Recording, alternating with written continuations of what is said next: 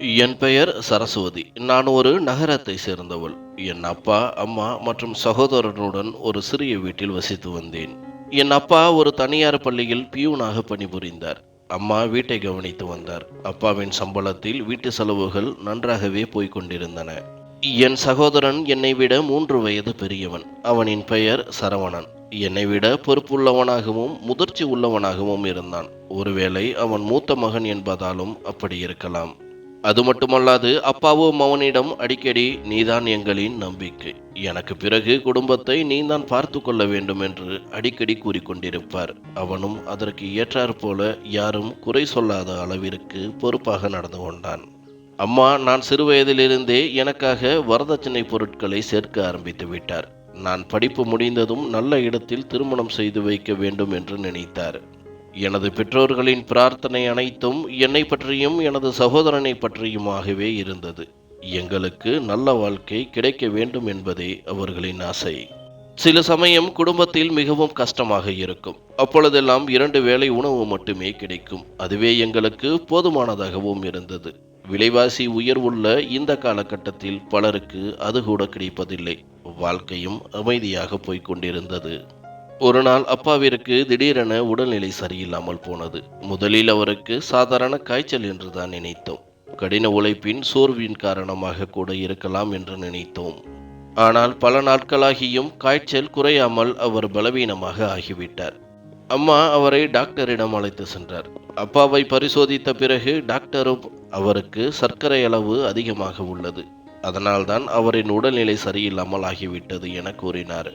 மேலும் அவர் அப்பாவுக்கும் அறிவுரை கூறினார். வேலை சுமையை குறைத்து கொண்டு தனது ஆரோக்கியத்தில் சிறப்பு கவனம் செலுத்தும்படியும் கூறினார். ஆனால் அப்பா அதை பெரிதாக எடுத்துக்கொள்ளவில்லை.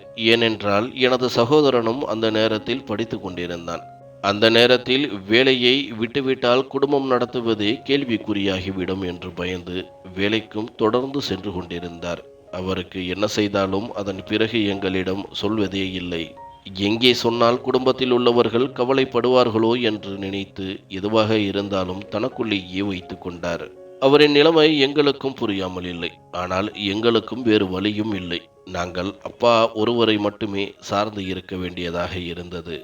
அம்மாவும் அப்பாவிற்கு கொஞ்சம் உதவியாக இருக்க நினைத்தார். அவருக்கு ஏற்கனவே தையல் வேலை நன்றாக தெரியும். தெரிந்தவர்களிடம் கொஞ்சம் கடனை வாங்கி தையல் இயந்திரத்தை வாங்கி வந்து அருகில் இருந்த பெண்மணிகளுக்கு துணிமணி தைத்து கொடுக்க ஆரம்பித்தார். இதனால் எங்களுக்கும் ஓரளவு வருமானமும் கிடைத்தது. அம்மாவிற்கு உதவியாக நானும் இருந்தேன். அம்மாவும் எனக்கும் கொஞ்சம் கொஞ்சமாக தையல் கலையை கற்றுக் கொடுத்தார். இதற்கிடையில் அண்ணனும் கல்லூரியில் சேர்ந்தார். அவரது படிப்பு போக மீதமுள்ள நேரங்களில் வேலைக்கு செல்ல தொடங்கினார். இதனால் அவரின் படிப்பு செலவை எங்களிடம் எதிர்பார்க்காமல் அனைத்தையும் அவரே பார்த்து கொண்டார். இது அப்பாவிற்கும் குடும்பத்திற்கும் பெரும் உதவியாக இருந்தது. எனக்கு எது தேவைப்பட்டாலும் தன்னிடமே கூறும்படியும் கூறுவார். எந்த காரணத்திற்காகவும் அப்பா அம்மாவை தொந்தரவு செய்ய நாங்கள் இருவருமே விரும்பவில்லை. நானும் பலமுறை நினைத்ததுண்டு, இதை போல ஒரு சகோதரன் கிடைத்ததற்கு நாம் அதிர்ஷ்டம் செய்திருக்க வேண்டும் என்று.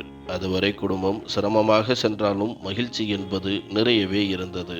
ஆனால் அதன் பிறகு வந்த நாட்கள்தான் மிக பெரும் சோதனையாக மாறப்போகிறது என அப்பொழுது நாங்கள் அறியவில்லை. ஒரு நாள் அப்பாவிற்கு மிக மோசமாக உடல்நிலை பாதிக்கப்பட்டது. அப்பொழுது அண்ணன் கல்லூரி முடித்துவிட்டு வேலையில் தேடிக்கொண்டிருந்தான். சில நாட்களில் வேலையும் கிடைத்தது. ஆனால் அனுபவம் இல்லாததால் குறைந்த சம்பளத்திலேயே வேலை கிடைத்தது. இருந்தாலும் தற்சமயம் வேறு வழி இல்லாமல் அண்ணனும் அந்த வேலைக்கு சென்று கொண்டிருந்தான். ஒரு நாள் அப்பாவும் அண்ணனை அழைத்து, எனக்கு உனது திருமணத்தை பார்க்க வேண்டும் என்று ஆசை உள்ளது, நீ திருமணம் செய்து கொள். உனது தங்கையும் இப்பொழுதுதான் கல்லூரியில் படித்து கொண்டிருக்கின்றாள். அவளின் திருமணத்தை பற்றி பிறகு யோசித்துக் கொள்ளலாம். நீ முதலில் திருமணம் செய்து கொள் என அப்பா அவனிடம் வற்புறுத்த ஆரம்பித்தார். ஆனால் அண்ணன் தங்கைக்கு திருமணம் செய்து வைக்காமல் தான் திருமணம் செய்து கொள்ளப் போவதில்லை என திட்டவட்டமாக மறுத்துவிட்டார்.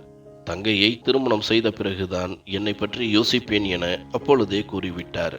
ஆனாலும் அப்பாவிற்கு சிறிய பயம் இருந்தது. பிள்ளைகளின் திருமணத்தை பார்க்காமல் தனக்கு ஏதாவது ஆகிவிடுமோ என்று.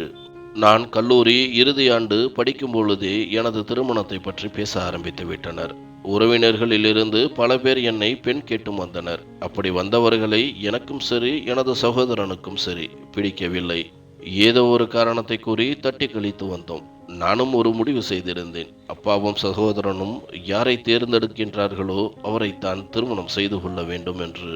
அப்படித்தான் தெரிந்தவர் ஒருவரின் மூலமாக மணியின் சம்பந்தம் கிடைத்தது. நான் மணியுடன் எனது வாழ்க்கை முழுவதும் சந்தோஷமாக இருப்பேன் என்று எனது வீட்டில் உள்ள அனைவர்களும் நினைத்தார்கள். எனக்கும் வீட்டில் உள்ளவர்களின் சந்தோஷமே பெரிதாக தெரிந்தது. நானும் அவர்களின் விருப்பப்படியே திருமணம் செய்து கொண்டேன்.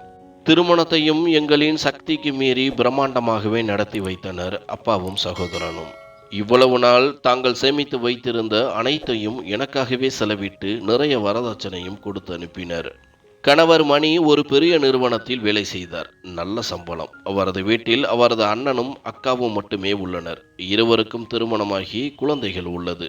அனைவரும் ஒரே வீட்டில்தான் வசித்து வருகின்றனர். அவரின் அப்பா சிறு வயதிலேயே இறந்துவிட்டார். அம்மா கடந்த வருடம்தான் இறந்து போனார். திருமணமாகி சென்ற சில நாட்களிலேயே கணவனின் குடும்பத்துடன் நல்ல பிணைப்பு ஏற்பட்டது. ஆரம்ப நாட்களில் எல்லாம் சகஜமாகவும் சந்தோஷமாகவும் இருந்தது. நான் புதுமண பெண் என்பதால் அதிக வேலை ஒன்றும் இருக்கவில்லை. அவர்களின் வீட்டின் நிலைமை எங்களின் வீட்டை விட நன்றாகவே இருந்தது. நல்ல வசதியான குடும்பம். வேலை செய்வதற்கும் சில வேலையாட்கள் இருந்தனர். கணவன் திருமணமான புதிதில் அவ்வளவு அன்பாக இருந்தார். காதல் என்பதையும் கணவன் மனைவி உறவு எப்படி இருக்கும் என்பதையும் அவர்தான் எனக்கு புரிய வைத்தார். அவருடன் இருப்பதை நான் சந்தோஷமாக உணர்ந்தேன். என்னையும் அறியாமல் அவரின் பெயரை சொல்லிக் கொண்டிருப்பேன். அந்த அளவிற்கு என்னை மாற்றியிருந்தது அவரின் அன்பு. திருமணமான சில நாட்கள் கழித்து கணவர் என்னிடம் ஒரு நல்ல செய்தியை கொண்டு வந்திருந்தார். அவர் என்னிடம் எங்கள் நிறுவனத்திலிருந்து என்னை வெளிநாடு அனுப்புவதற்காக திட்டமிட்டுள்ளனர். அங்கு சென்றால் 3 மடங்கு சம்பளமும் அதிகமாக கிடைக்கும். நான் சென்ற சில மாதங்களுக்கு பிறகு உன்னையும் அழைத்து செல்லும் வாய்ப்பும் கிடைக்கும். என்ன செய்யலாம் என்று என்னிடமும் வீட்டில் உள்ளவர்களிடமும் ஆலோசனை கேட்டுக்கொண்டிருந்தார். வீட்டில் உள்ளவர்களும் உடனடியாக செல்லும்படி வற்புறுத்தினர். என்னிடம் கேட்க நானும் அவரை பிரிய மனம் இல்லாமல் சிறிதாக யோசிக்க ஆரம்பித்தேன். ஆனாலும் உள்ளுக்குள் மகிழ்ச்சியாகத்தான் இருந்தது. கணவருக்கு நல்ல சம்பளமும் வெளிநாட்டில் வேலையும் கிடைக்கப் போகிறதே என்று. இருந்தாலும் எனது ஆசைகளை கட்டுப்படுத்தி கொண்டு அவருக்கு சம்மதம் தெரிவித்தேன். அவரும் வேறு வழியில்லாமல் வெளிநாடு செல்வதற்கு ஆயத்தமானார். போகும்பொழுது உன்னை விட்டு செல்வதற்கு மனமே இல்லை என்று சிறுபிள்ளை போல கண் கலங்கிக் கொண்டிருந்தார். எனக்கும் அப்படித்தான் இருந்தது. கல்யாணமான சில நாட்களிலேயே என்னை விட்டு பிரிந்து செல்கிறாரே என்று. இருந்தாலும் எங்களுக்கு வேறு வழி இல்லை. இருவரும் கனத்த இதயத்துடன் பிரிவதற்கு தயாரானோம். மனதில் சோகத்துடன் என்னை விட்டு பிரிந்து வெளிநாட்டிற்கும் சென்று விட்டார். அங்கு சென்ற சில நாட்கள் வரை எல்லாம் அமைதியாகவே சென்றது. அவர் அங்கு சென்ற பிறகுதான் நான் கர்ப்பமாக இருக்கும் விஷயமும் எனக்கு தெரிய வந்தது. நானும் அதை பற்றி கணவரிடம் கூற அவரும் மிகுந்த சந்தோஷம் அடைந்தார். வீட்டில் உள்ளவர்களிடமும் கூறி என்னை நல்லபடியாக பார்த்து கொள்ளும்படியும் வற்புறுத்தினார். அவர்களும் நன்றாக பார்த்து கொள்வதாக உறுதியளித்தனர். நானும் வெளிநாட்டில் இருக்கும் கணவனின் தொலைபேசி எப்பொழுது வரும் என்று அவளாக ஒவ்வொரு நாளும் காத்திருப்பேன். இரவு நேரங்களில் வெகு நேரமாக பேசிக் கொண்டிருப்போம். எப்பொழுது விடியும் என்றே தெரியாது. அவருக்கும் என்னை நினைத்தும் எனது குழந்தையை நினைத்தும் நிறைய ஆசைகள் இருந்தது. இதற்கிடையில் எனது அண்ணனுக்கும் அவனது அலுவலகத்திலேயே வேலை பார்த்த ஒரு பெண்ணை பிடித்திருந்தது. இதை பற்றி அப்பா அம்மாவிடம் கூற அவர்களும் சந்தோஷமாக சம்மதித்தனர். அடுத்த சில நாட்களிலேயே திருமணமும் செய்து வைத்தனர். நானும் அம்மாவின் வீட்டிற்கு சென்று சில நாட்கள் வரை தங்கியிருந்தேன். அந்த திருமணத்தில் நிறைய வேலைகள் இருந்ததால் அனைத்து வேலைகளையும் எனது அப்பா தான் முன்னின்று கவனித்துக் கொண்டார். இரவு பகலாக கண் விழித்திருந்ததால் அவரின் உடல்நிலையும் மிகவும் மோசமாகி கொண்டிருந்தது. திருமணம் முடிந்த சில நாட்களிலேயே உடல்நிலை மிகவும் தீவிரமாக மோசமடைந்து மருத்துவமனையில் சேர்க்கப்பட்டார். ஆனால் அவரை காப்பாற்ற முடியவில்லை. அப்பா எங்களை விட்டு நிரந்தரமாக பிரிந்து சென்றார். அவரின் இழப்பை எங்களால் தாங்க முடியவில்லை. அவரை நினைத்து பல நாட்கள் வரை அழுது கொண்டிருந்தோம். பிறகு சில நாட்கள் கழித்து மெல்ல மெல்ல சகஜ நிலைமைக்கு திரும்பினோம். ஆனால் அப்பாவை என்றுமே மறக்கவே முடியாது என்பதுதான் உண்மை. பிறகு நானும் புகுந்த வீட்டிற்கு வந்துவிட்டேன். அப்பொழுதுதான் 5 மாத கர்ப்பமாக இருந்தேன். வீட்டிற்கு வந்ததும் சில நாட்கள் வரை அனைத்தும் நன்றாகவே இருந்தது. பிறகு ஒரு நாள் கணவர் என்னிடம், இனிமேல் நீ தனியாக படுக்க வேண்டாம், அண்ணியின் அறைக்கு சென்று அங்கு படுத்துக்கொள், அங்குதான் உனக்கு பாதுகாப்பாக இருக்கும் என கூறினார். அதை கேட்டு நானும் அதிர்ச்சி அடைந்தேன். காரணம், அவரின் அண்ணனும் அண்ணியும் இருக்கும் அறையில் நாம் எப்படி சென்று படுத்துக்கொள்வது என்று. நானும் இதை பற்றி கணவரிடம் கூறினேன். உங்களது அண்ணன் இருக்கும் அறையில் நான் எப்படி செல்வதென்று. ஆனால் கணவரோ என்னிடம், எனது அண்ணன் உன்னிடம் தவறாக நடந்து கொள்வாரா என என் மீதே கோபப்பட்டார். நானும் அவரிடம் நீங்கள் சொல்வது போல அந்த அறைக்கு சென்று படுக்க முடியாது என திட்டவட்டமாக மறுத்துவிட்டேன். அதில் அவருக்கு சிறிதாக கோபமும் உண்டானது. சில நாட்கள் வரை என்னுடன் பேசவே இல்லை. சிறு சிறு பிரச்சனைகள் இங்கிருந்துதான் ஆரம்பமானது. அதன் பிறகு வந்த நாட்கள் அங்குள்ளவர்களின் குணத்தை வெளியில் கொண்டு வந்தது. அதுவரை போலியாக நடித்து கொண்டிருந்த அவர்களின் உண்மை முகம் கொஞ்சம் கொஞ்சமாக வெளியில் தெரிய ஆரம்பித்தது. என்னுடன் அவர்களின் நடவடிக்கை மிகவும் மோசமாக இருந்தது. எதற்கெடுத்தாலும் கோபப்படுவதும் என்னை குறை சொல்வதுமாக இருந்தனர். எல்லாம் சரியாகிவிடும் என்றுதான் நினைத்தேன். ஆனால் எதுவுமே சரியாகவில்லை. வீட்டில் உள்ள வேலைக்காரர்களை நிறுத்திவிட்டு என்னை வேலை வாங்கத் தொடங்கினர். அதற்கு அவர்கள் கூறிய காரணம் என்னவென்றால், இப்போதிலிருந்தே வேலை செய்தால்தான் பிறக்கப் போகும் குழந்தை எந்த சிரமமின்றி பிறக்கும் என கூறிக்கொண்டிருந்தனர். நானும் ஒன்றும் கூறாமல் அவர்கள் சொல்லும் வேலையை செய்து வந்தேன். ஆனால் அவர்களின் எண்ணம் வேறு மாதிரியாக இருந்தது. நாளுக்கு நாள் அவர்களின் கொடுமையும் அதிகமாகிக் கொண்டே இருந்தது. சரியாக சாப்பிடக்கூட உணவு கிடைப்பதில்லை. எனக்கென்று எதுவும் செய்வதற்கும் மனமும் இல்லை. நானும் இதை பற்றி கணவரிடமும் சில முறை கூறியதுண்டு. ஆனால் அதற்கு அவரும், எனது குடும்பத்தாரை பற்றி குறை கூறும் தகுதி உன்னிடம் இல்லை. அவர்கள் சொல்வதை கேட்டு நடந்து கொள் என்று கோபமாக கூறி தொலைபேசியை வைத்து விடுவார். அந்த அளவிற்கு அவரிடம் என்ன சொல்லி வைத்தார்கள் என்று பிறகுதான் தெரிய வந்தது. ஒரு நாள் வேண்டுமென்றே சிறிதாக என்னிடம் சண்டையிடத் தொடங்கினர். நானும் ஒரு கட்டத்தில் பொறுத்து கொள்ள முடியாமல் அவர்களுடன் வாக்குவாதம் செய்ய, அப்பொழுது அவர்கள் எனது கணவரிடமும் முறையிட்டனர். கணவரும் என்னிடம் கோபமாக நடந்து கொண்டார். பிறகு சில நிமிடங்களிலேயே எனது அண்ணனுக்கும் தகவல் கொடுக்க அவரும் வந்து சேர, பிறகு அவரிடமும், இனிமேல் உங்களின் தங்கை இங்கு இருக்கக்கூடாது, உடனடியாக அழைத்து செல்லுங்கள் என கோபத்துடன் கூறினர். எனது அண்ணனும் அவர்களிடம் பேசி பார்த்தார். ஆனால் அவர்கள் அவரிடம் பல குறைகளை சொல்லி என்னை அந்த வீட்டை விட்டு வெளியே அனுப்புவதிலேயே குறியாக இருந்தனர். எனக்கும் இது நன்றாகவே புரிந்தது. நானும் ஒரு கட்டத்தில் கோபத்துடன் எனது பொருட்களை எடுத்துக்கொண்டு அண்ணனை அழைத்து கொண்டு வீட்டிற்கு வந்துவிட்டேன். அதன் பிறகு கூட கணவர் என்னை புரிந்து கொள்ளாமல் என்னிடமே கோபப்பட்டார். அவரின் இந்த மாற்றத்தை நினைத்து எனக்கு அதிர்ச்சியாகவும் ஆச்சரியமாகவும் இருந்தது. எப்படி சில மாதங்களிலேயே இவரால் இவ்வளவு மாறிப்போக முடியும் என்று நினைத்து, என்னுடன் திருமணமான புதிதில் இருந்த கணவனாகவே தோன்றவில்லை. அந்த அளவிற்கு மாறியிருந்தார். வீட்டிற்கு வந்து சில மாதங்கள் வரை எல்லாம் நல்லபடியாகவே சென்றது. கணவர் என்னதான் கோபமாக இருந்தாலும் எனக்காக என்னுடைய செலவிற்கு என்று சிறிதாக பணம் அனுப்பவும் செய்தார். அதை நினைத்து நானும் சந்தோஷம் அடைந்தேன். எப்படியும் என்னை புரிந்து கொள்வார் என்று. அதுவரை எல்லாம் நன்றாகவே சென்று கொண்டிருந்தது. சில மாதங்கள் கழித்து எனக்கு ஒரு ஆண் குழந்தையும் பிறந்தது. கணவரும் தொலைபேசியில் தொடர்பு கொண்டு தனது சந்தோஷத்தை பகிர்ந்து கொண்டார். ஆனால் கணவரின் வீட்டிலிருந்து யாருமே வரவில்லை. எனக்கு அது பெரிதாகவும் தெரியவில்லை. ஏனெனில் கணவர் என்னுடன் இருப்பார் என்று நம்பினேன். குழந்தை பிறந்து 2-3 மாதங்கள் வரை தாயின் வீட்டில்தான் இருந்தேன். சில நாட்கள் கழித்து வேண்டா வெறுப்பாக கணவரின் வீட்டிலிருந்து என்னை அழைப்பதற்காக வீட்டிற்கு வந்தனர். அப்பொழுதும் கூட என்னையையும் எனது வீட்டில் உள்ளவர்களையும் குறை கூறிக்கொண்டிருந்தனர். அவர்களின் நடவடிக்கை வேண்டுமென்றே என்னிடம் சண்டை போடுவது போல இருந்தது. நானும் அதை புரிந்து கொண்டேன். ஒரு கட்டத்தில் அவர்களுடன் வாக்குவாதமாகி என்னிடம் சண்டையிட்டு சென்று விட்டனர். இதை பற்றி நானும் கணவரிடம் தெரிவிக்க அவரும் என்மேல்தான் கோபப்படத் தொடங்கினார். எனது வீட்டினர் தெரிவித்தது போல உனக்கும் உனது அம்மா வீட்டில் இருப்பதற்குத்தான் பிடித்திருக்கின்றது. அது மட்டுமல்லாது அங்கேதான் நீ வேறு யாரையோ விரும்புகின்றாய் என்றும் புரிகிறது. அதனால்தான் நான் சொல்லும் ஒவ்வொரு விஷயத்தையும் நீ தட்டி கழித்து வருகிறாய். நீ உனது இஷ்டப்படியே நடந்து கொள். இனிமேல் நீ எனக்கு வேண்டவே வேண்டாம். ஊருக்கு வந்தவுடன் உன்னை முதல் வேலையாக விவாகரத்து செய்வதுதான் எனக்கு நல்லது.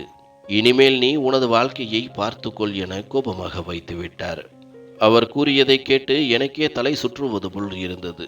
இவ்வளவு நாள் நான் அவர் மேல் வைத்த அன்பிற்கும் பாசத்திற்கும் அர்த்தமே இல்லாமல் போனது. அவரின் வாயிலிருந்து இப்படி ஒரு வார்த்தை வரும் என்று நான் எதிர்பார்க்கவே இல்லை. அதன் பிறகு கூட அவரிடம் நான் புரிய வைப்பதற்கு எவ்வளவோ முயற்சி செய்தேன். ஆனால் அவர் எதையும் கேட்கும் மனநிலையில் இல்லை. இப்படியே 1 வருடங்கள் கடந்து போனது. கணவருடன் எந்த தொடர்புமே இல்லாமல் போனது. அவர் எனக்காக அனுப்பி கொண்டிருந்த பணத்தையும் நிறுத்திவிட்டார். அவரின் தொலைபேசி எண்களையும் மாற்றிவிட்டார். என்னை பற்றி எவ்வளவு கேவலமாக சொல்ல முடியுமோ அவ்வளவு கேவலமாக கணவரிடம் அவரின் வீட்டார்கள் சொல்லி வைத்திருந்தனர். அதை நானும் புரிந்து கொண்டேன். அதற்கு ஒரு காரணமும் இருந்தது. ஆரம்பத்திலிருந்தே கணவர்தான் மொத்த குடும்பத்தையும் கவனித்து வந்தார். அங்கு உள்ளவர்களுக்கு சரியான வேலை என்பதும் வருமானம் என்பதும் இல்லை. எங்கே நான் கணவரை தனியாக அழைத்து சென்று விடுவேனோ என்ற பயம்தான் அவர்களுக்கு அதிகமாக இருந்துள்ளது. கணவர் தனியாக சென்று விட்டால் என்ன செய்வதென்று புரியாமல் தான் அவர்களால் எவ்வளவு முடியுமோ அவ்வளவு என்னை பற்றி தவறான விஷயங்களை கணவரிடம் கூறி வந்துள்ளனர். அதுவும் எனக்கு போக போக புரிய ஆரம்பித்தது. இருந்தாலும் பெரிதாக எனக்கு நம்பிக்கை இருந்தது. என்னை புரிந்து கொண்டு கணவர் என்னை தேடி வருவார் என. எனக்கு தேவையான அனைத்து உதவிகளையும் எனது அண்ணன் தான் செய்து வந்தார். சில மாதங்கள் கழித்து அவருக்கும் பெண் குழந்தை ஒன்று பிறந்தது. அதுவரை எனது பிறந்த வீட்டில் அனைத்தும் நன்றாகவே சென்று கொண்டிருந்தது. ஆனால் அதன் பிறகு அங்கும் பிரச்சனைகள் நிலவ ஆரம்பித்தது. எனக்கு அண்ணியாக வந்தவர் அவரின் குணத்தை காண்பிக்க ஆரம்பித்தார். எதற்கெடுத்தாலும் குழந்தையை கவனித்துக் கொண்டிருக்கின்றேன் என்று கூறி அனைத்து வேலைகளையும் என்னையே செய்யவும் வைத்தார். நானும் சந்தோஷத்துடன் தான் செய்து வந்தேன். ஆனால் போக போக என்னை ஒரு வேலைக்காரியை போல நடத்த ஆரம்பித்தார். அவரின் குரலே தான் ஒரு எஜமானி என்பதைப் போலத்தான் இருக்கும். பல முறை நானே அதை கவனித்ததுண்டு. எனக்கும் அப்பொழுதெல்லாம் கஷ்டமாகத்தான் இருக்கும். அப்பா இருந்திருந்தால் கூட அந்த அளவிற்கு அந்த வீட்டில் எனக்கு எதுவும் நடந்திருக்காது. ஒருவேளை கணவர் என்னுடன் இருந்திருந்தால் என்னுடைய நிலைமையே வேறு. எனது நிலைமையை நினைத்து நானே பல முறை அழுததுண்டு. அப்பொழுதெல்லாம் எனக்கு இருக்கும் ஒரே ஆறுதல் எனது குழந்தை மட்டுமே. அவனும் சில சமயம் ஏதேனும் பொருட்களை பார்த்தால் அடம்பிடித்து அழுது கொண்டிருப்பான். அப்பொழுதும் எனது மனம் உடைந்து போய்விடும். அதை வாங்கி கொடுப்பதற்கு கூட என்னிடம் பணம் இருக்காது. ஒரு நாள் எனது அண்ணனும் அண்ணியும் சமையலறையில் நின்று பேசிக்கொண்டிருப்பதை கேட்க நேரிட்டது. அண்ணி அவரிடம், உங்களது தங்கை இன்னும் எத்தனை நாட்கள் நம்முடன் இருக்கப் போகின்றார்? நமக்கும் குடும்பம் குட்டிகள் என ஆகிவிட்டது. அடுத்த குடும்பத்தை சுமக்கும் அளவிற்கு நாம் ஒன்றும் அவ்வளவு பெரிய பணக்காரர்கள் இல்லை. எப்படியாவது அவரை கணவரிடம் சேர்த்து விடுங்கள். இல்லை என்றால் இங்கிருந்து அனுப்பிவிடுங்கள். ஒன்று அவர் இந்த வீட்டில் இருக்க வேண்டும், இல்லை என்றால் நான் எனது குழந்தையை கூட்டிக் கொண்டு எனது பிறந்த வீட்டிற்கு சென்று விடுவேன். முடிவை நீங்கள் தான் எடுக்க வேண்டும் என்று அண்ணனுடன் வாக்குவாதம் செய்து கொண்டிருந்தார். அந்த நேரத்தில் அண்ணனும் அமைதியாகத்தான் நின்று இருந்தார். அவரிடம் பதில் எதுவும் இல்லை. நானும் புரிந்து கொண்டேன், என்னால் அவர்களுக்குள் பிரச்சனை வந்துவிடும் என்று. ஒரு நாள் விளையாட்டாக எனது மகன் ஒரு பொருளை உடைத்துவிட அருகிலிருந்த அண்ணி எனது மகனை ஓங்கி அடித்து விட்டார். அதை வீட்டிலிருந்த யாருமே எதிர்பார்க்கவில்லை. அவன் அழுவதை பார்த்து என் மனம் கலங்கி போனது. நானும் அப்பொழுதே முடிவு செய்து விட்டேன், இனிமேல் இந்த வீட்டில் இருக்கக்கூடாது என்று. மறுநாளே எனது அம்மாவிடமும் அண்ணனிடமும், நான் எங்கேயாவது சென்று வேலை செய்து பிழைத்துக் கொள்கிறேன், உங்களுக்கு இடைஞ்சலாக இருக்க விரும்பவில்லை என எனது முடிவை கூற அவர்களும் என்னை நினைத்து கவலைப்பட்டனர். எனது நிலைமையையும் அண்ணன் புரிந்து கொண்டார். பிறகு அண்ணன் தான் என்னிடம், இதை பற்றி நானே உன்னிடம் பேசலாம் என்று இருந்தேன். உனக்கு நான் தனியாக இந்த ஊரிலேயே வாடகைக்கு வீடு பிடித்து தருகிறேன். அதில் நீயும் உனது குழந்தையும் இருந்து கொள்ளுங்கள். நானும் அம்மாவும் உன்னை அடிக்கடி வந்து பார்த்து செல்கிறோம். அதுதான் உனக்கும் பாதுகாப்பாகவும் மன நிம்மதியாகவும் இருக்கும் என்றார்.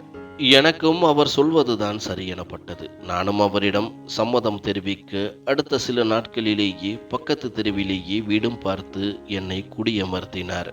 நானும் எனது மகனும் அங்கு சென்று குடியிருந்தோம். பல நாட்களுக்கு பிறகு நிம்மதியாக இருப்பதைப் போல உணர்ந்தேன். சில நாட்கள் வரை அண்ணன் தான் செலவுக்கு பணம் கொடுத்து கொண்டிருந்தார். எனக்கு அதுவும் ஒரு மாதிரியாகத்தான் இருந்தது. நானும் ஒரு முடிவெடுத்து சிறுவயதில் எனக்கு தெரிந்த தையல் கலையை மீண்டும் தொடங்கலாம் என்று நினைத்தேன். அதற்கு உதவியாக அம்மாவும் இருந்தார். அதில் உள்ள நுணுக்கங்களை அம்மா நிறையவே கற்றுத்தந்தார். அது அனைத்தும் எனக்கு பெரும் உதவியாக இருந்தது. ஆரம்பத்தில் மகனை வைத்துக்கொண்டு சமாளிப்பது கஷ்டமாக இருந்தாலும் போக போக அனைத்தும் பழகிவிட்டது. அங்கிருந்த அனைவருக்கும் நான் துணி தைக்கும் விதம் நன்றாகவே பிடித்து போனது. என்னிடம் காத்திருந்து துணியை தைத்து வாங்கிச் சென்றனர். இதனால் எனக்கும் நல்ல வருமானமும் வந்தது. இப்படியே 2 வருடங்கள் கடந்துவிட்டன. எனக்கும் வாழ்க்கையில் புது நம்பிக்கை பிறந்தது. யாரின் துணையும் இல்லாமல் எனது மகனை நல்லபடியாக வளர்க்க முடியும் என்று. எனது செலவு போக வரும் வருமானத்தை அனைத்தையும் எனது மகனின் எதிர்கால வாழ்க்கைக்காக சேர்த்து வைத்தேன். ஒரு நாள் எனது கணவரும் என்னை தேடி வந்தார். முதலில் அவரை பார்க்க ஆச்சரியமாகத்தான் இருந்தது. அவரிடம் எந்த கோபமும் இல்லை. அவர் என்னிடம் பொறுமையாக பேச ஆரம்பித்தார். நான் உன்னிடம் தவறாக நடந்து கொண்டேன். எனது வீட்டினர் பேச்சை கேட்டுக்கொண்டு அவர்கள் சொன்ன அனைத்தையும் அப்படியே நம்பிவிட்டேன். அவர்கள்தான் உன்னை பற்றி நிறைய விஷயங்களை தவறாக கூறினர். ஆனால் அவர்களை பற்றி நானும் புரிந்து கொண்டேன். சமீபத்தில் வெளிநாட்டில் எனக்கு 2 மாதங்கள் வரை வேலை இல்லாமல் இருந்தது. அப்பொழுது என்னால் அவர்களுக்கு பணம் அனுப்ப முடியவில்லை. அப்பொழுதுதான் அவர்களின் உண்மையான குணம் வெளிப்பட்டது. எப்படி இருந்தாலும் பணம் அனுப்ப வேண்டும் என்று நிறைய வற்புறுத்த ஆரம்பித்தனர். அவரின் கேள்விகளும் வேறு மாதிரியாக இருந்தது. அப்பொழுதுதான் எனக்கே புரிந்தது, அவர்கள் கொடுக்கும் மரியாதை எனக்கு இல்லை, நான் அனுப்பும் பணத்திற்கு என்று. அதன் பிறகுதான் நான் உன்னை பற்றியும் நினைத்து பார்த்தேன். அவர்களின் பேச்சை கேட்டுக்கொண்டு எவ்வளவு மோசமாக உன்னிடம் நடந்து கொண்டேன் என்று. அப்பொழுதே வெளிநாட்டிலிருந்து வேலையே வேண்டாம் என்று கூறிவிட்டு வந்துவிட்டேன். அப்பொழுதும் கூட வீட்டில் உள்ளவர்கள் யாரை கேட்டு வேலையை விட்டு வந்தாய் என என்னுடன் சண்டையிடத்தான் செய்தனர். ஒரு கட்டத்தில் நீ எங்களுக்கு தேவையில்லை, வீட்டிலிருந்து சென்று விடு என கூறிவிட்டனர். அப்பொழுதுதான் எனக்கே நன்றாக தெரிந்தது, இத்தனை வருடங்கள் அவர்களுக்காகவே உழைத்து எவ்வளவு பெரிய தவறை செய்துவிட்டேன் என கூறி கண் கலங்கினார். எனக்கும் என்ன சொல்வதென்றே புரியவில்லை. கணவனை நினைத்து நானும் சற்று கோபமாகத்தான் இருந்தேன். பிறகு அம்மாவும் அண்ணனும் தான் என்னிடம் பேசி என்னை சம்மதிக்க வைத்து கணவனோடு வாழ்வதற்கு வற்புறுத்தினர். நானும் கணவனை குழந்தைக்காக ஏற்றுக்கொண்டேன். நானும் கண்டிப்பாக கூறிவிட்டேன், இனிமேல் உங்கள் வீட்டிற்கு வரவே மாட்டேன் என்று. அவரும் அதற்கு சம்மதித்தார்.